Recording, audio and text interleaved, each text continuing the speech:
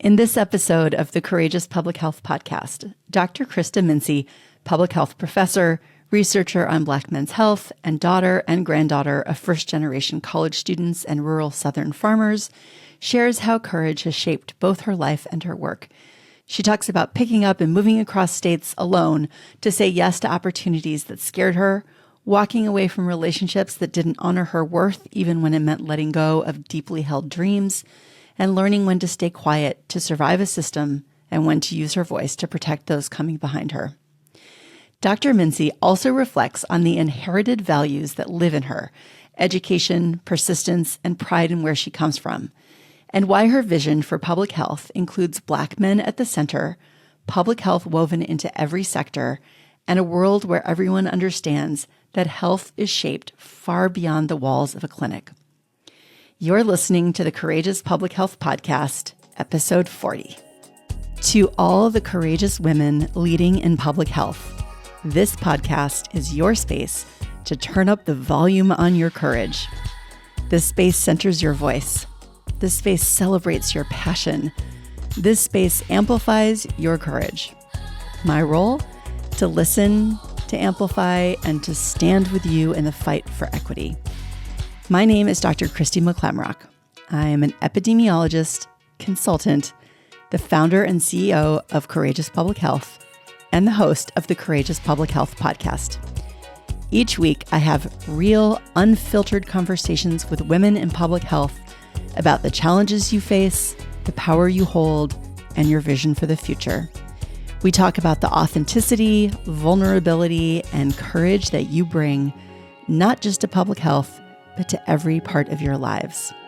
Because courage is about action, even in fear. It's about taking up space, leading unapologetically, refusing to be erased, and knowing you never have to do it alone. If you're ready to turn up the volume on your courage, if you're ready to take up space, if you're ready to smash the racist, patriarchal, cisnormative, heteronormative, ableist, capitalistic systems, then listen to this new episode. Hello. Thanks for joining me today. I'm Dr. Krista Mincey. I am the CEO of Courageous Public Health. We support public health organizations with tailored workshops, facilitation, and speaking engagements, all about courage. I can't wait for you to meet my guest. First, I'm going to give you her formal introduction, and then we will get started. Dr. Krista D. Mincey is an associate professor and director of undergraduate public health education and training at Virginia Commonwealth University's School of Public Health. She is a proud rural Georgia native whose upbringing centers her and the work that she does. She started her academic career at an HBCU in New Orleans and then moved back to Georgia to teach medical students and prepare doctoral students in rural health.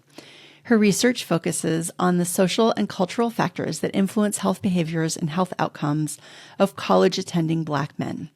She is passionate about training and developing students so they can be successful personally, professionally, and academically. Are you ready to be inspired? Let's go. Hello, Dr. Krista Mincey. It's so nice to have you here. How are you? It's great to be here. I am doing great. How about you? I'm doing I'm feeling good. It's a good day. I'm having a good day. Awesome. And I'm very excited to talk to you. So it was Dr. Nandy Marshall who referred you to me as a guest for the podcast. So we should do a quick shout out to Nandy for the introduction. Thank you so much. I love it. And you told me before we started the interview when we were chatting about how you know Nandy. Do you want to just say how you know each other? Because that's actually a really cool story. Of course. So actually, she and I, Dr. Marshall and I, were in the same doctoral program. I was part of the first DRPH cohort. She was in the group behind me, so she was the second cohort. And we actually had our graduate assistant space, our desks, we were right next to each other. Her supervisor was originally my supervisor, but I moved over and let someone else grab me so that she could be her supervisor when she came. And I have known her, I've known her since then. Yeah. Amazing. Yeah. Well, yes. Thank you. Thank you for the introduction. All right. Well, I want to start by giving you a chance to introduce yourself to our listeners. Sure. So, to do a little different spin, not with the degree stuff and the where I've been and where I worked and all that, those lovely things. I will incorporate my family into who I am. So I am the daughter of two first-generation college students. Both of my parents went to historically black college and university in Savannah, Georgia. They went to Savannah State University. That's actually where they met. I am the granddaughter of a farmer. My maternal grandfather in the segregated rural South owned the land that he farmed, that my mother and her siblings farmed. He got his GED when my mother graduated high school. My mom's mother, she was she worked at home. She was a domestic, but my mother is one of six. On my dad's side, my dad's mother, she was a teenage mom. She moved up north to New Jersey, actually. She worked in people's homes. She was a domestic worker to take care of and provide for my father and his sister. And so, yeah, so that in a nutshell is me. I'm from rural Georgia, born, bred, raised. I love being from a small town and family who are from even smaller towns. My mother is a retired teacher, and I think that's what she always pushed education. So I have never had every time I wanted to go back to school, I never had I don't think you need to do that kind of thing. And so I think that has been part of what has pushed me, because without any of that, like had my mother not pushed education, I don't know if I would be Dr. Mincey. Had she not had a father who, even though he didn't have it, made sure that every one of his children, on a farmer's salary, he paid for every one of them to go to college who wanted to. And that's saying a lot. My mother was born in the 40s. That's a tall feat. But almost every one of my mom's siblings went to college. That's incredible. And so, that's saying a lot, because it's not like farmers, even now, it's not like they make a lot. And so I think had I not come from that kind of what we call in the country good stock, I don't know if I would be, where I'm at today. But like I always tell people, it's in me because I come from it. So that I would say, I feel like that's the foundation of who I am. I love that as a way of thinking of, inherited, it's like inherited values, right? We talk about inherited trauma, but this is like inherited values and inherited a vision around education, and that you see it passed down generations. I think that's just beautiful. Awesome.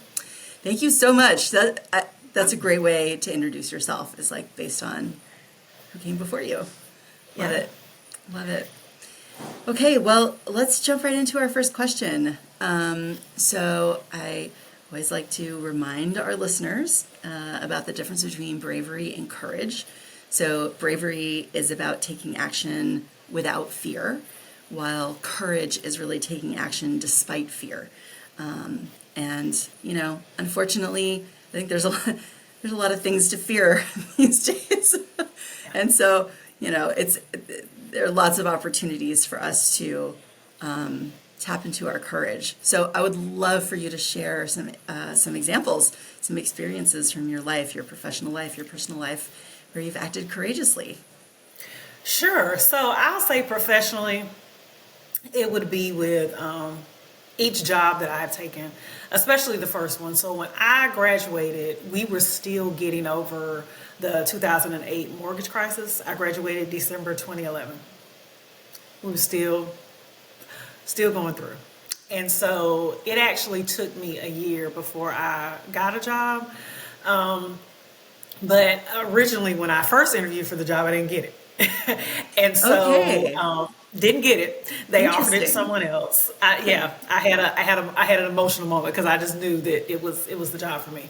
Yeah. But the chair of the department at that time, I'd heard that he was going to be leaving and he was going to be going back to the CDC. So I sent him an email just to say congratulations, and he had asked me how I was coming on my job search, and I said, well, I'm getting to the end of interviews. I'm like, but I haven't gotten an offer yet. And he said, okay. So about 2 weeks later, he emailed me and said, well, I've got this grant. I spoke to the provost. I told him about you. They want to meet you. What do you want me to tell them? And he and I had a come to Jesus talk. Yeah. And because I had pushed, I'd pushed the job out of my mind. I hadn't much thought about it. But I said, I'll come and interview. I interviewed on a Tuesday. They called me on a Friday to offer me the job. I had 3 weeks to move. Wow. I had 3 weeks to move in the middle of academic terms. And I had visited New Orleans before. Yeah. I didn't really want the job, but it had been a little over a year. Yeah. I needed to take the job. And so it was something that I had to do, not necessarily a job that I wanted to take. And I didn't realize how, so when we were driving down, I didn't think much about it. But when we dropped the U-Haul off, and my mother kind of was like, okay, well, we're getting back on the road. I'll let you know when we get there. And when I got back to my place, I realized I'm really here by myself. I don't know anybody. This is crazy. And so having to learn all the new things, I'm like, this is crazy. But I learned the most on that job. I was in New Orleans for 8.5 years. I learned the most on that job, which I know is what allowed me to be in my current position. But even I wasn't necessarily expecting to take this one either, because once I took a job and moved back to Georgia, I think everybody thought, as well as I, that okay, well, we'll be in Georgia. But this position opened itself, and again, I didn't necessarily want to move, but I knew it was an opportunity that I'm like, well, I don't know if this is going to come back around. And so let me take it. But, I'm coming up on, I've been in this position and I've been in this city for 5 months now. And I'm like, it is a lot to pick up and move. And because I do not have children and I'm not married or have a partner, I literally am, it's like starting all over. It's like having to find all things all over again. It's having to, be okay with going out to places by yourself. Until you meet a friend circle, or if you don't meet a friend circle. And it's like, I've done that now. This is the third time. And I'm like, I don't know if people realize how hard that is if you've never moved outside of a state by yourself. Because if you move within the state, your family is still there. Like, it might be a 3 or 4 hour drive, but you're like, oh, well, I can go see, and I'll get up and go. But when you are moving states over, and it's like, no, you're really having to, there's a lot of things you have to figure out by yourself. It can be a little nerve-wracking. It can be scary. But I'm like, well, we're just going to step into it and we'll see, we'll see what happens. Yeah. This is a great example of courage. I mean, moving away from home and everything that's familiar, that is not an easy thing, and you've done it multiple times. And so, does it get easier? Does it feel easier? I don't know if it gets easier. I think what has happened is I know how to do it better. So like this one, I had a lot more time. So like I knew in February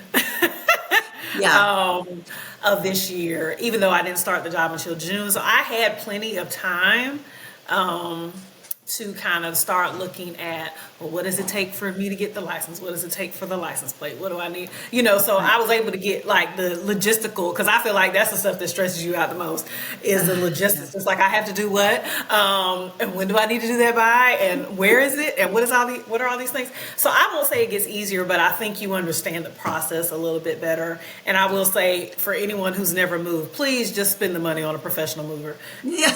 The fact that all I had to do was put it in a box and then you pack it up and move it away, and then you show up, and I just need to, and then you will put the parts together, and I just need to move things. Just put it down. Like, so much. It's worth it. It is worth whatever the people charge. Like, it's Yeah. because it's just, yeah. And then you don't necessarily have to be dependent on people, like family and friends, and trying to work with their schedules, and, oh, I'm sorry, I can't do it. And at least it's like you can be secure, and you're like, no, I know someone is coming at this day around this time.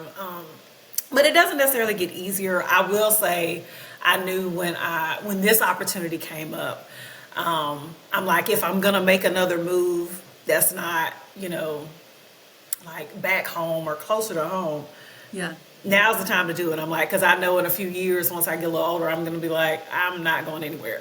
Right. I'm like, unless the opportunity really is something that's like, well, no, you have to do it. I'm like, I'm not, because my mother is of a certain age, and it's like, I'm not trying to be, ridiculous, trying to wait for a plane ride to get somewhere if something happens. And so it doesn't get easier, but you learn how to handle it. You know how to handle it and deal with it, so it's not as like stressful, or you don't get yourself as stressed. Right. Well, so I'm thinking as you're talking that it doesn't get easier in the sense that you don't. There's not less fear, right? Like the fear is still there every time, but I really believe that as we do things that are courageous, then it's like, I don't know if easier is quite the right word, but it then you can do the next courageous thing, which is to still feel the fear and act anyway. So that's very interesting. Yeah. Well, what about in your personal life? Are there any? I mean, that's sort of professional and personal moving, but I think you had an example. Yeah, you wanted to share. So personally, I would say ending a relationship, which I'm a woman of a particular age. Again, with no children, but I do desire children, but I am becoming at peace with biological children, maybe not being part of my story. And so saying no when it appears as though the person is saying they'll give you the things that you are desiring.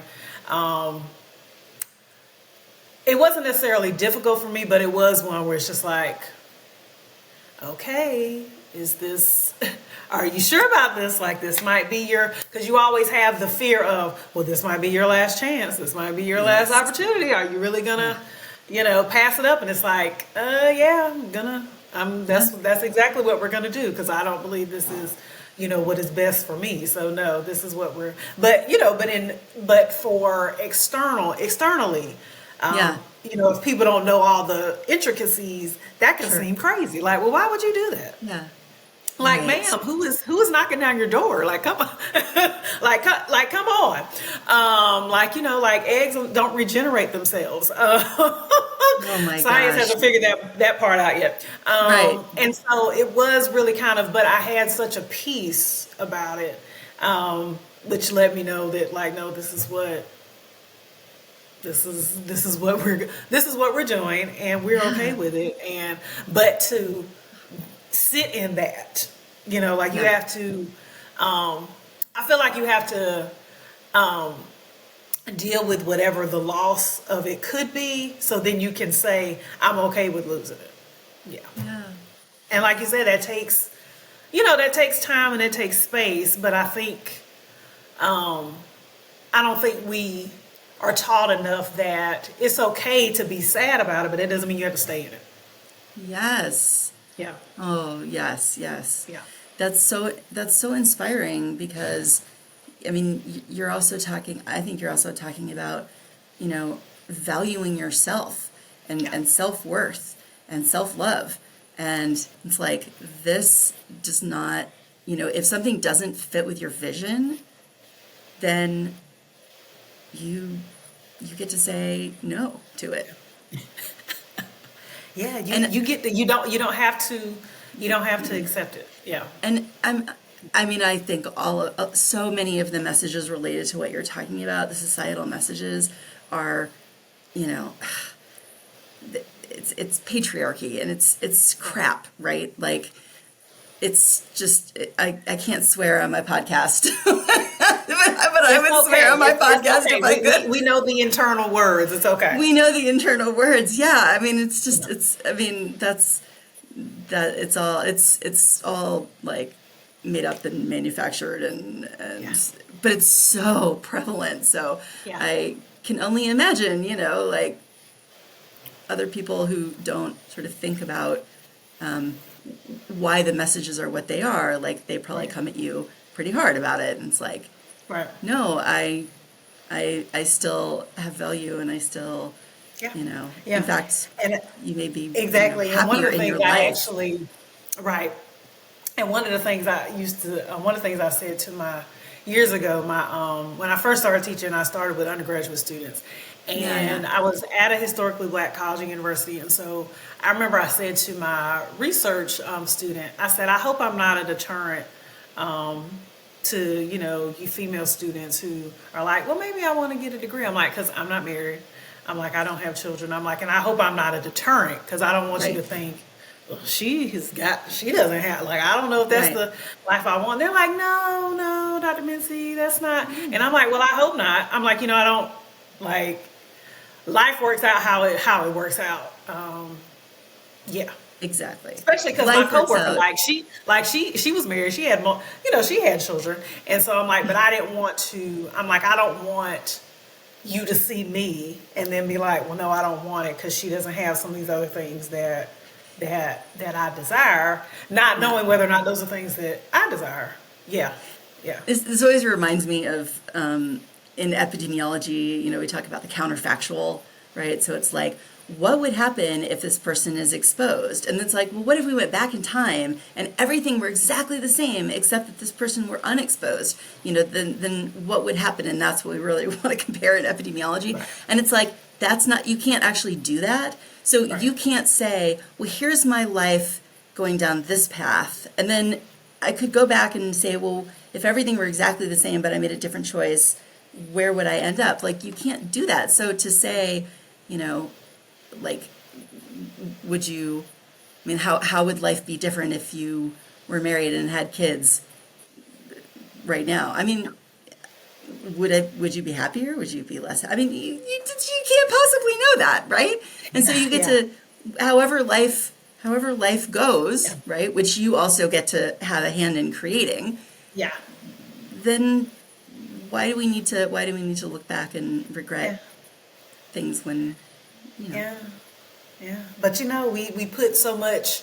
What I used to tell my undergraduate students, which once I start teaching them again, that's what I'll tell them. We ask them to do a lot at 18. I'm just like, we ask you to figure out your life. And some of us are in our 40s or 50s and have finally like, okay, this is what I want to do. I'm like, and so I try to explain to them, I'm like, nothing you are going to decide is going to be the end of life. I'm like, but I get it. I'm like, but we are really asking y'all to do a lot at 18 when most people don't really figure stuff out until, 30, 40. And so it's maybe so college should be in your 30s. I don't know. I know. My husband and I just took our daughter to Santa Barbara to look at a school down there. She's 19. And it's like the first time that we've done anything like that. And it was really important to us to say, whatever you do, it's like, you try it out, and you can change your mind, and you can like shift at any point, and it's not, it doesn't have to be this big heavy thing, right? You try something, and then you pivot, we pivot. And it can just be low stakes pivoting. right. Nothing high stakes. Now you can't. No, I mean it could be high stakes, but like you don't have to frame it that way for yourself. Like, oh, this is such high stakes, right? I mean, like it's just like my mother says. She always says, she was like, look, you can, which is what I would tell some of my students, because people would always say, I guess like some faculty would advise, well, no, no, you have to go to school straight through. And I'm like, but if your mind isn't focused, I'm like, no, you don't. And what I tell them, I said, you will still turn the same age. The same things will still happen whether you are in school or not. I said, the only difference might be is if you have a child, if you get married, how you do it will be different.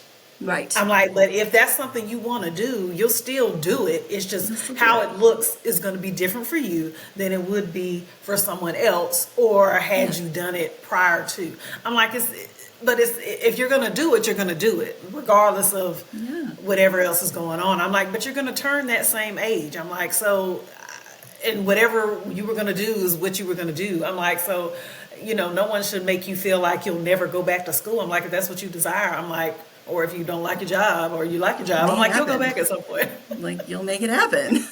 Yeah, you'll make it work. Yeah. I mean, I will say, as someone who, I'm someone who turned 50 and totally, like, changed my life for the better. Yeah. Which is, boy, it's so not too late. It's so not too late. And, my dad, is a great example. My mom died a couple of years ago, and it was sort of like not clear what direction he was going to go, how things were going to go. And he is on fire. My 83-year-old dad is on fire, and he is like, pivoting and adjusting things in his life, and he's a lot happier. So I was like, it's never too late, right? It's never too late, as long as you can have some kind of body movement and you can breathe and half get around. You can still do stuff. Yeah. Absolutely. Love it. Okay. I wanted to talk to you also about courage in terms of authenticity and claiming and expressing your power, and particularly in places where it may not always be welcomed. So talk to me a little bit about how do you express and embody your courage? And maybe some of the challenges you faced and how you've navigated those challenges. So I'm going to start from why I do things the way I do them now. So when I started my doctoral program, I was the youngest person in my class. I was 25 when I started. I had classmates, I think I was 24, 25, one of those ages. Yeah. Anyway, I had classmates who had children my age. Okay. Now, I had worked, full-time. I'd worked in law enforcement after undergrad, and then I worked in law enforcement full-time while I was getting my master's. And I would have people in class, like I would make comments and people would be like, It was kind of like my comments were dismissed. And to get through the degree, I was like, you know what? I'm just going to be quiet. I need to get through. So once I got the letters behind my name,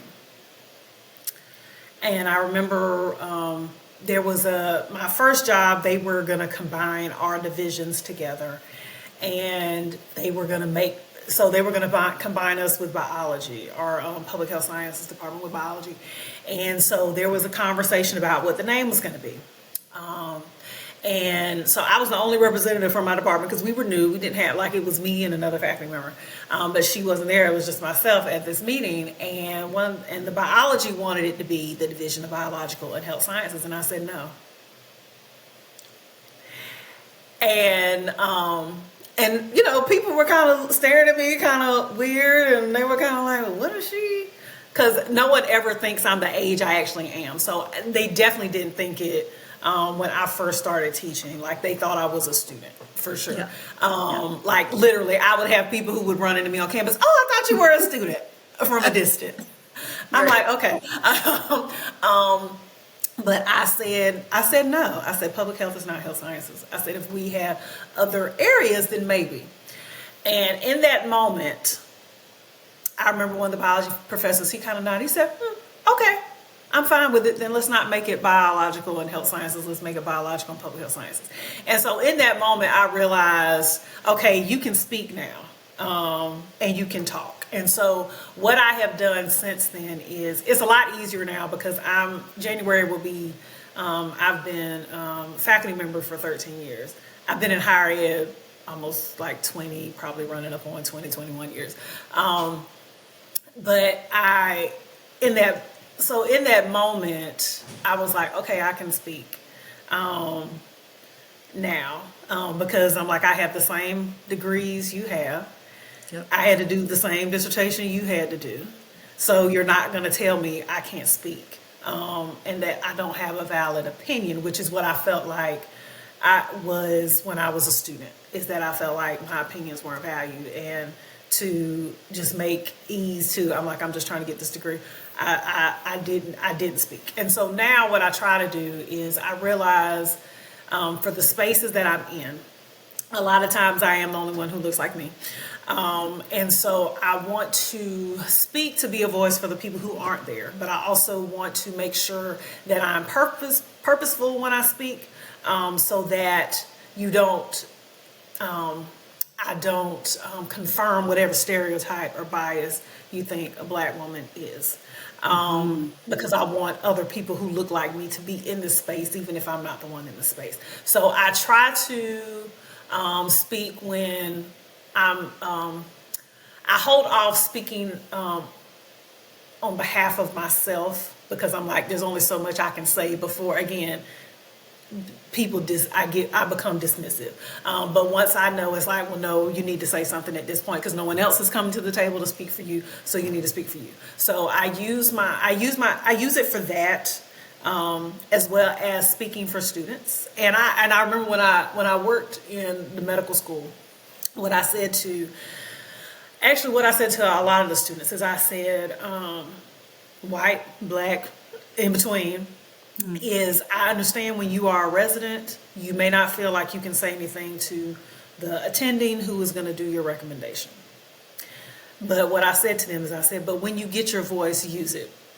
Yeah. I'm not saying that you have to use it right then, because again, the goal is to get to the other end so you can help other people. So if that's your goal, then by all means, you do whatever you need to do to get to that. But once you get your voice and once you get in the space, you need to use it, because if you don't, I feel like you waste the power that you could have in that space. And so I try to use it to speak for those who aren't there, to make sure that they aren't heard, to make sure that they're heard. It's like, well, no, we're considering, which is why, like everyone talks about DEI, but they only think about the race part and the ethnicity part. They miss the diversity in income, the diversity in rural versus urban, the diversity in growing up. So the diversity of, did you grow up in a two-parent household versus, I grew up in a single-parent household. The diversity of what all that is, because if you don't have people who have those different experiences at the table, then you don't know that you need to consider. Like, I remember when COVID happened, I knew it was going to be an issue. When they sent students home, and I'm like, why did no one not realize these people, one, they don't have access to computers, and two, they don't have internet or broadband. But it's like, nobody knew that. I'm like, how do you not know that? But then I was like, but if that's never been your experience, or if you're not from these areas to know that, then of course you wouldn't know that. And so it's like everybody was playing catch up, but it's like, had you realized that was going to be a concern to begin with, you would have already had the hotspots, you would have had the tablets, you would have had all of that before you would have had like booklets printed out to send with children until you could get that. But it's like everybody just assumed that everybody had a computer at home. And I'm like, I don't know why you made that assumption. Computers are not cheap. No. And even if people have a computer, it doesn't mean that they can afford the internet. Right. And so I try to use it for those purposes, because I'm like, well, you're in this space for a reason. Then you need to make sure that you speak. But I'm also mindful of, again, I don't just represent me, but like I tell my mother, I represent all my family history. I'm representing for them too, even though they're not here. That's why actually in my office I have three grandmothers, because my father has a stepmother. And so I have pictures of two of them. I'm waiting for, when I go home, my mother's going to give me a picture of her mother that I can put in my office. Because I'm like, this, if it wasn't for, like, I'm bringing all of these people with me. But in some cases that does get, sometimes I feel like I'm perceived because I'm not people's expectation. So, having started my career at a historically Black college and university, since I didn't attend one, I think really helped me stand in and own who I am.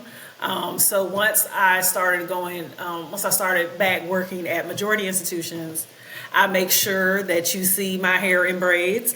I make sure that, even though people will say that curly hair, oh, well, that's not, I make sure you see that. I make sure that, because because the students should feel comfortable, like it's professional. Like that it's what, just because that's not how your hair grows, that doesn't mean that this is not a professional way to wear hair.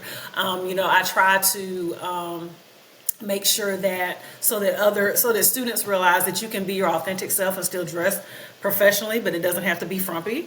I try to, when I am in front of students, I try to make sure that my dress is a certain way, just so that they can see, like, it doesn't have to be frumpy, clunky shoes. Like, if you want to wear sneakers, that's totally fine. Like, I wore sneakers to work today. I'll be wearing sneakers to work on Friday. I'm just purchasing sneakers that are really cool.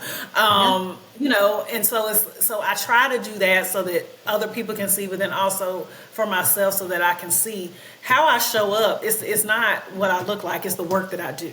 So unless you have some operating procedure that says I can't do this, then this is what I'm doing. This is what I'm showing up. If you have an issue with it, then you need to say something.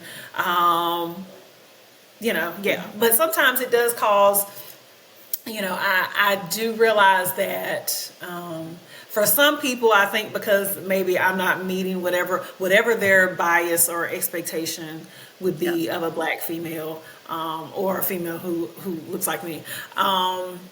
I think in some cases, sometimes maybe I could be off-putting by some people, and then some people could be intimidated by that. So in some respects, it can cause them to say things about me, truth, lies, all in between. But one of the things I have realized in my career is, while I would love for people to like me, that's not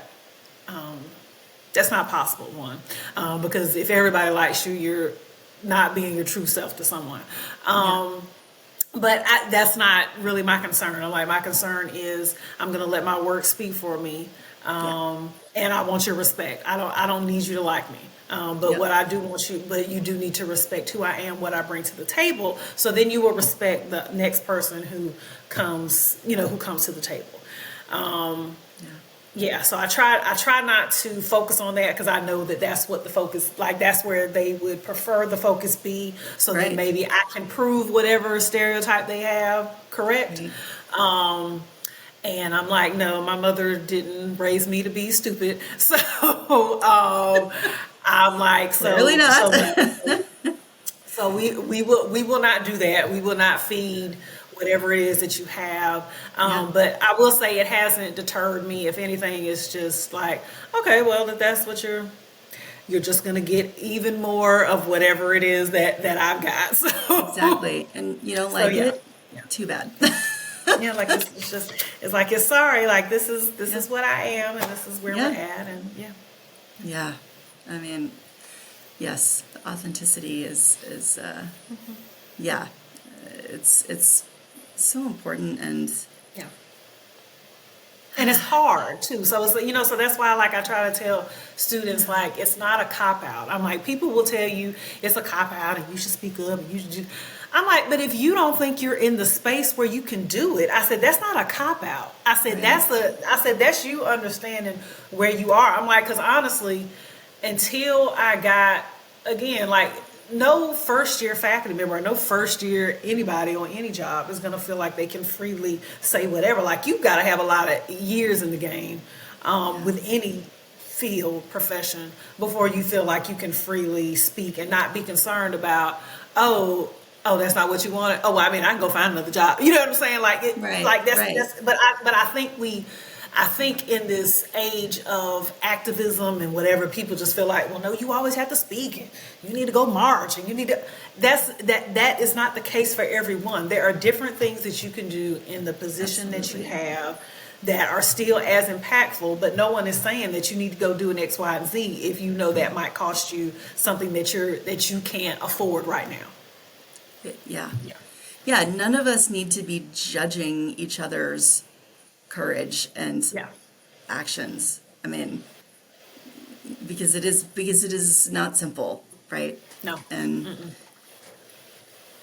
we're all doing the best we can. Yeah, we're doing the best we can with what we can. Doing the best we can. Yeah. Yeah. And honestly, like, you know, courage just shows up. It shows up everywhere anyway, you know? Yeah. Like, there may be something where you, like, don't feel like you can fight through the fear, and then you're going to turn around and you're going to fight through the fear with something else. Yeah. So. Yeah. Sometimes just showing up. Like, if yesterday was a terrible day, sometimes and you're like, I don't want to go. But you showed up and you're in the meeting or you're in the class and they're like, she's here and she's half smiling or half whatever. Half the time just showing up is the courage. And then counting those wins, those moments as wins and being intentional about celebrating your wins, right? Like none of us have wins every second. Not every second is, although honestly, you know, you probably most seconds you can find something that's a win, right? it's a way of framing things. So, okay, I'm really interested in hearing from you about your vision. I always love to hear about people's vision, and I'm thinking about vision for public health and, you know, vision for the communities that you work with, and also, of course, the vision for your own future. Sure. So I think for what I would like to see for public health is that for those of us who are in it, we know public health is everywhere. We know public health is everything that we do. Yes. Nobody else knows that. So I would like us to be more integrated the way that like it really should be. I want us to have a branding expert. Like, why are we not working with marketing? Why do we not have journalists? Like, why don't we have public health and journalism majors? Like, why don't we, you know what I'm saying? Like, I want us to be more of what we actually say, you know, actually what we teach and what we say we are. Like, instead of, you know, not that we don't need departments of health, but why shouldn't we just fall like under the city or fall under the state and then we're all in the same building? Do we really, you know, so that you would hope that there is more of this integration. Yeah. And that's what I would like for public health, because we definitely have a messaging problem. And so it's like, why? I think people now are starting to realize maybe we should get some marketing experts. Yeah. We need a rebrand. Public health needs a rebrand. Yeah. Like, we need a new logo. We need a brand. all of the things. Like, we need like, why don't we have a podcast, or why don't we have multiple? You know what I'm saying? Like, I think there are better ways. I think we have to be more innovative and think outside of the box, just like I always, you know, try to teach my students to do. And it's hard. It's hard to get people to think outside of the box. But I think we have to be more innovative about how we do public health, so then everyone knows what public health is. 1, 2, that people really want to be part of what we do, and 3, people want to fight on our behalf to make sure that we continue to stay funded and do the work that keeps people healthy, because they don't realize that the air they're breathing is clean because someone, you know, because the EPA has some standards. So now even if you have a child with asthma, you can feel safe when they go outside, because if the air levels were wrong, you would have gotten an alert to say this is not a good day for people who have upper respiratory issues to go outside, or if you go outside, wear an N95 mask. Yes. Great example. So that's part of my, like, public health in general. I also would love to see, I think, because we're in such, so many people are evaluating whether or not education is something important. Post high school is something that they should do. I really would love to see public health in high schools. I would love to see it in community colleges, so that at least everyone, again, you don't have to go into public health. Like, what I always say to students, I'm like, I love public health. I'm like, I love the area that I've chosen. I can talk about it all day. But I think it's important. I've had students say this, they're like, everybody should take a public health class. Thank you. I appreciate that. But I really do think everyone should take it. So then you begin to think about health differently, not just for yourself, but you think about it differently for people in your community. So then there is less of this blame game of, when you see someone who's obese, you realize it's not them. Right. Like if it was them, then everyone would be skinny. If it were that simple, and that's why obesity now is a chronic condition. Like if it were that simple, no one would be overweight for long. But it's not. There are multiple complexities. But I think if we could just get people to get some type of public health exposure, so then there is less of blaming, I think it would be beneficial for people who go into law, because then maybe now your question is, if you're the defense attorney or the prosecutor, is you're saying, okay, well, I'm not saying they don't need to pay for their crime, but let's look at, why did you even commit the crime? Right. Were there some other things going on, judge, maybe, you know what I'm saying? Or if you're someone who's a judge who ultimately rules out the decision, if you have an understanding of determinants of health, then maybe you consider that when you're putting down a case, particularly for people who are repeat offenders, but for low crime. If we have teachers who have had exposure to public health, then maybe now they're better understanding that for some of their students, it's not that they are bad. Maybe there's trauma at home. Yeah. Or maybe they didn't eat dinner last night. And so that's why they're sluggish this morning, and you're yelling at them because their head is on the desk. Yes. And you're telling them to go to the principal's office, and we know, black and brown children are more likely to be expelled. And so if you're expelled in kindergarten, first grade, who's really going to take you? You're going to get held back.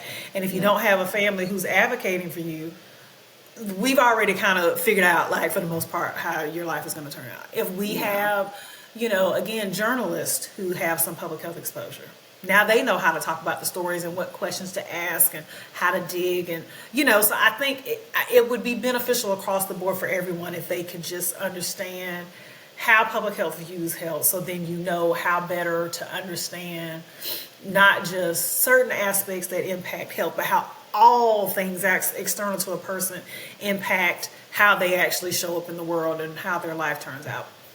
I think that would be, because I feel like the wave of the future is probably going to move to community colleges.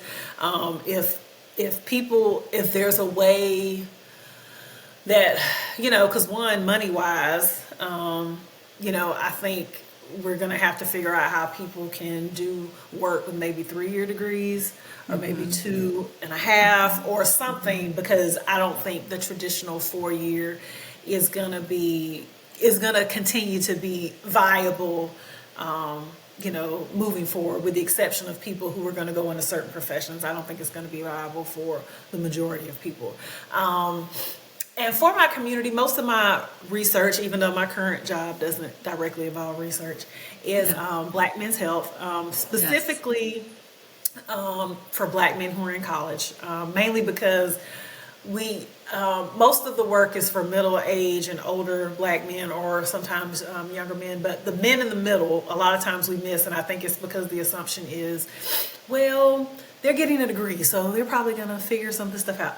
And that is not the case. Black men prior to COVID, their life expectancy had been going up. But right now, post-COVID, they have the second lowest life expectancy.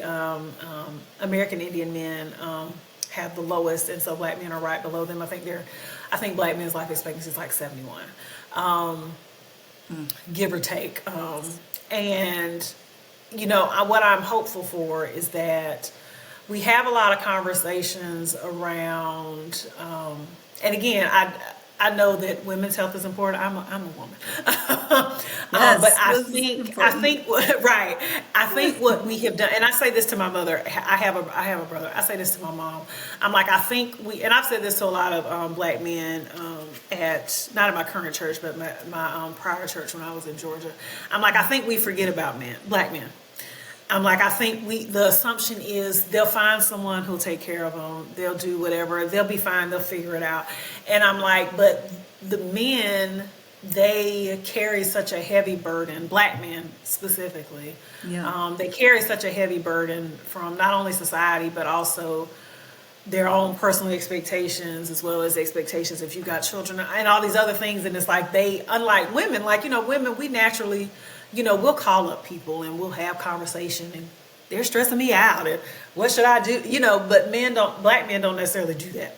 Yeah. And so I would like to see more of our focus shift to, I think we have found enough research with Black men now. I think we kind of know what needs to be done. But what I would like the shift to be is for healthcare providers to figure out. It's like, well, that's great that, that a barbershop program works, but is that getting them to the doctor's office so that then we can get them with these tests that maybe then they won't die early of prostate cancer, or like D'Angelo, who passed from pancreatic cancer. Like maybe, like, are there ways that we can get them to, that we can make the healthcare space more of a space that they feel welcomed in?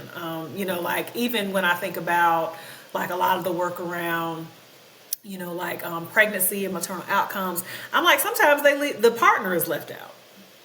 Sure. And I'm like, and the partner plays a crucial role, good or bad. Yes. In those outcomes. And it's like, is there a way to make the partner feel included? Like, yes, they may not be, if the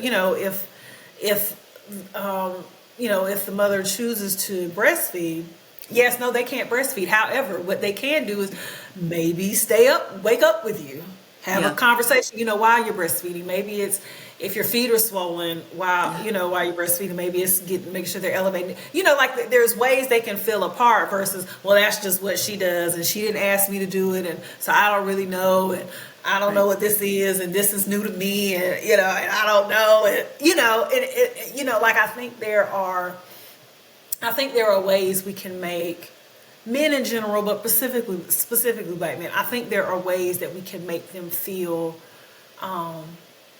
more valued. Yes.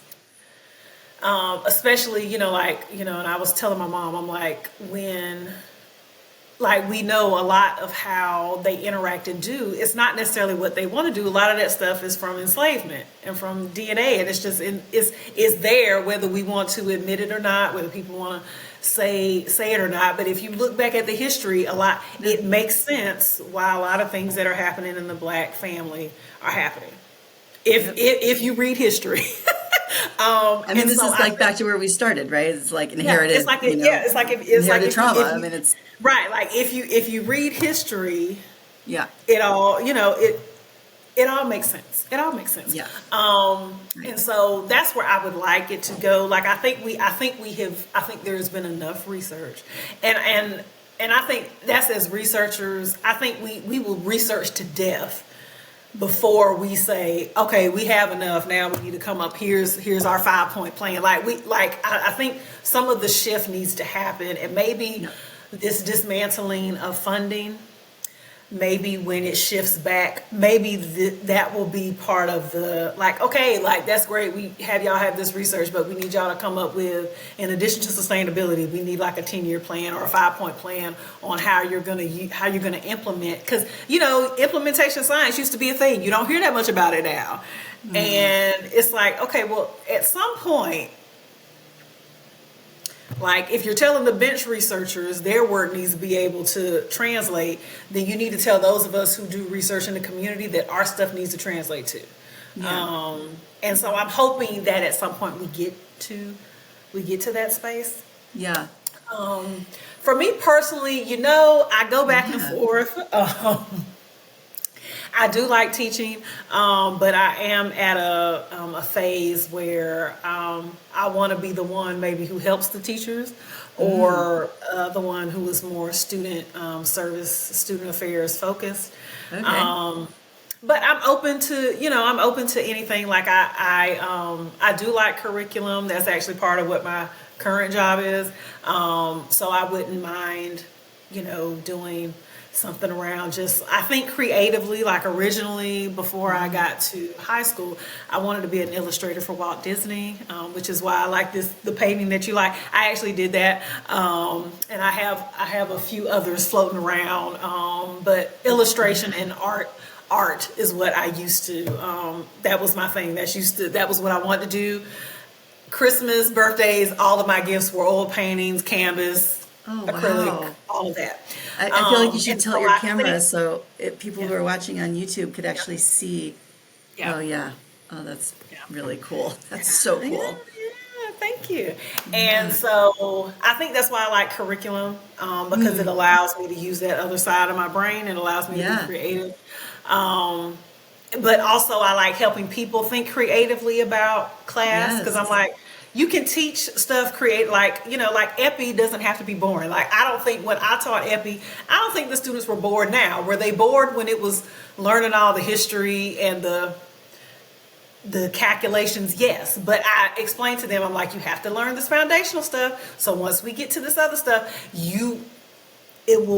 all of this Yeah. will make sense. I'm like, if you understand what I'm actually asking and what these calculations are asking, you don't need a formula sheet, you don't need any of that stuff, because we've already talked about it. But like, once we got into the calculations and we started talking about like health topics and what all that stuff meant, people Yeah. got excited. I People mean, got you know, excited, and especially the last semester I taught it, it was during COVID. And a student actually came to class with symptoms, and then emailed me later and tested positive. And so the whole class was upset. But what I said to them is, I was like, well, this is class in action. I'm like, so now you contact tracing, Yeah. horizontal Let's go. transmission. Here we go. I'm like, like, look, this is like, you're learning what we're learning in class. You're able to apply it. So I like helping people think through that. Like, one of the class I'm teaching next semester is how to teach for doctoral students. Oh, And cool. I am thoroughly excited about that. I'm like, ooh, I can just show up to class and talk. But I'm thoroughly excited because, when you go into the classroom, unless you're a education major, they don't teach us how to do it. Right. You figure it out. And it doesn't mean that whoever taught you knew what they were doing either. So you kind of just figure it out. And the students, hopefully they learn what they need to learn. But I'm open, I'm open to how it ends up. What I'm learning is, because public health is everywhere, just like I tell the students, even if where my final position ends up is not in a school of public health, or it doesn't seem like it's directly public health, I'm okay with that, because what I understand is that all of it is public health. And we know that with the exception of African Americans, when we educate people, it does improve their health. And so, and maybe because, again, my mother is a retired English teacher, her father pushed education, realizing that, I have aunts and cousins who maybe wanted to go forth but couldn't. I remember when I had my graduation dinner when I got my doctorate, I remember telling them, I'm like, if you wanted to go to school but couldn't, I said, I am that. Yeah. I am you being here for me. I said, you got it. You have the degree. So don't feel like you didn't do it. I'm like, I couldn't have done it without any of y'all. So what I do know is, as long as, like, I like the educational space, but I know there's a lot of multiple avenues to go around that. But I am in a space where I'm okay if I branch out past from what we consider public health, as long as it gets done, because we need to start weaving into all these different spaces anyway, which again goes back to, like what I was saying about, if we have to be more integrative, which is what we teach and what it is what we do, but we just don't practice it that well.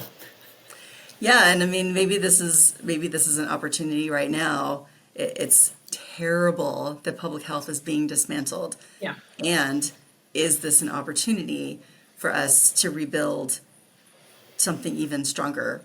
I think it is. I think it's a space for, I think it's a space for people to step up, and let's not be, but the sad thing is that so much knowledge, I think for those who are federal workers, they're not going back. They've been traumatized, and I can't say I blame them. But what we don't need to happen is that it doesn't traumatize the future people, because we need, like, we're gonna, at some point, once things get built back, hopefully they built back better. But also that we have, I know, right?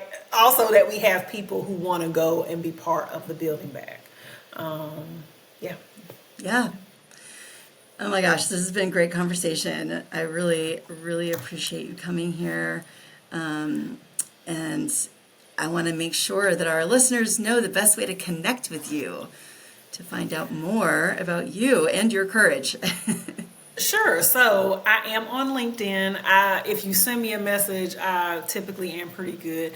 And my work email works great too. Great. Mincey, Minceyk @vcu.edu.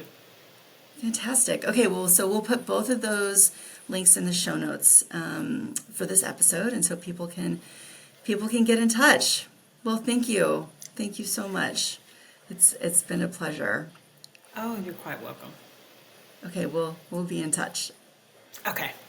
Sometimes courage is packing up your whole life, crossing state lines, and starting over in a place where you don't know a single person. Sometimes courage is ending a relationship that seems to offer everything you thought you wanted because it doesn't actually honor who you are. Sometimes courage is sitting quietly when you have to, and then using your voice with precision once you've earned the power to change the room. Dr. Krista Mincey reminds us that our decisions don't have to match anyone else's timeline or expectations, and that our voice, even when it's the lone one of its kind, can expand what's possible for everyone coming behind us. If this conversation resonated with you, I'd be so grateful if you'd take a moment to leave a review on your favorite podcast platform and share this episode with a colleague or friend in public health. It's one of the most powerful ways to help these stories and this courage reach more people. Thanks so much for listening. Until our next episode, stay courageous. Thank you for listening to the Courageous Public Health Podcast. Visit courageouspublichealth.com to find the show notes for each episode and learn how to connect with us.